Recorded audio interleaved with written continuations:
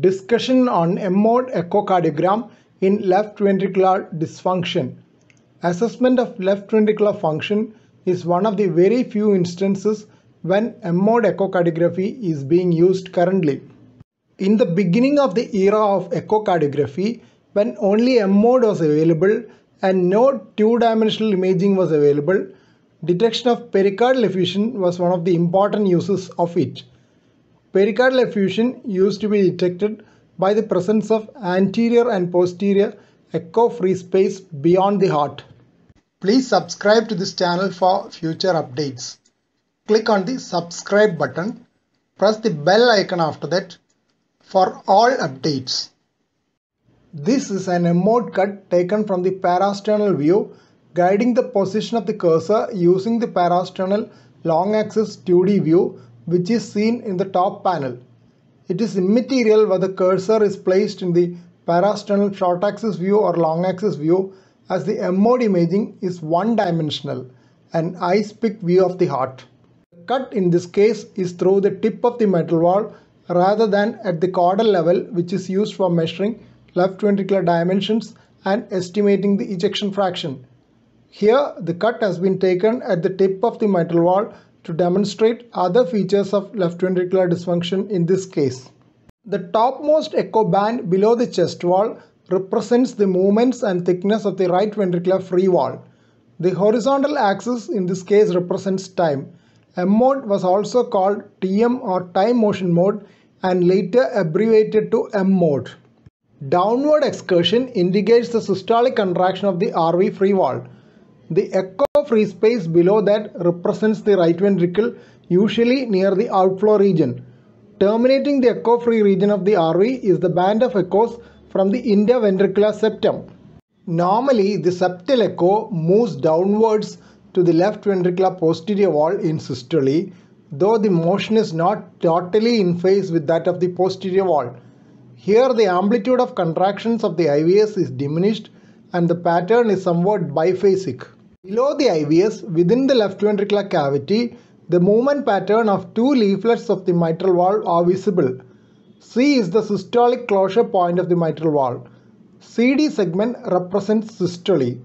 Some systolic separation between the anterior and posterior leaflets could indicate mitral regurgitation, though this finding is not that specific. The motion of anterior mitral leaflet is M-shaped, while that of posterior mitral leaflet has a complementary W shape. In systole, both meet and form a single line without any separation in normal case. The amplitude of excursions of PML are less than that of AML, which is also a larger leaflet. When the left ventricular function is normal, the opening excursion DE reaches almost up to the IVS with very little separation between the two. The separation is called E-point septal separation or EPSS, which is less than 5 mm normally. In this case, the separation is increased due to the left ventricular dysfunction and is over 9.5 mm. E-wave occurs during the early diastolic opening of the mitral valve. The nadir of the E-wave represents the F point. The EF slope is reduced in mitral stenosis, with almost a horizontal EF in severe mitral stenosis. A wave occurs during atrial systole and is absent in atrial fibrillation.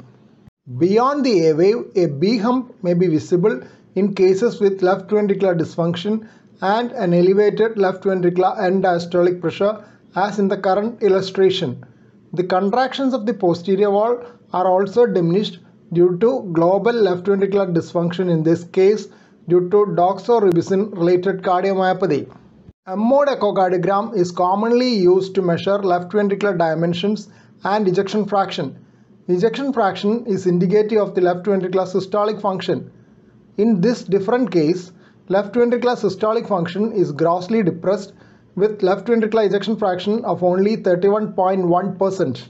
Usually, the left ventricular cavity is also significantly dilated when there is severe left ventricular dysfunction, but here it is within the normal range. Abbreviations: IVSD, interventricular septum diastolic; LVIDD, left ventricular internal diameter diastolic; LVPWD, left ventricular posterior wall diastolic; IVSS interventricular septum systolic, LVIDS left ventricular internal diameter systolic, EDV end diastolic volume, IVS by LVPW septal to posterior wall ratio, ESV end systolic volume, FS fractional shortening. Here the sweep speed is 75 mm per second. The formula for fractional shortening is as follows.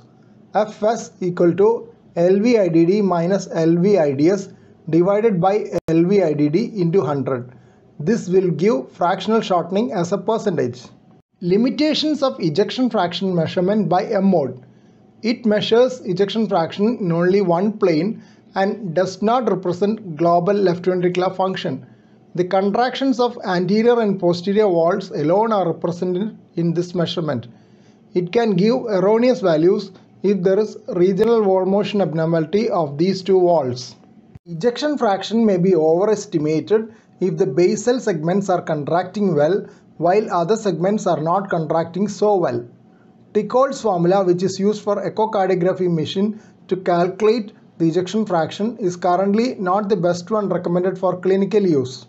Two-dimensional and three-dimensional methods are better for assessment of overall left ventricular systolic function, but very often M-mode is the only mode which is used to calculate the left ventricular ejection fraction in routine echocardiography because other methods are more cumbersome. Spherical formula assumes that the left ventricular shape is spherical. Diastolic volume is taken as the cube of LVIDD and systolic volume as the cube of LVIDS. The difference will correspond to the stroke volume. When that is divided by the diastolic volume, we get the ejection fraction. Tichold's formula, on the other hand, uses a correction factor for the difference in shape of the left ventricle from a true sphere. LV volume equal to 7 divided by 2.4 plus LVID all multiplied by the cube of LVID. By this formula, diastolic and systolic volumes can be calculated using LVIDD and LVIDS respectively.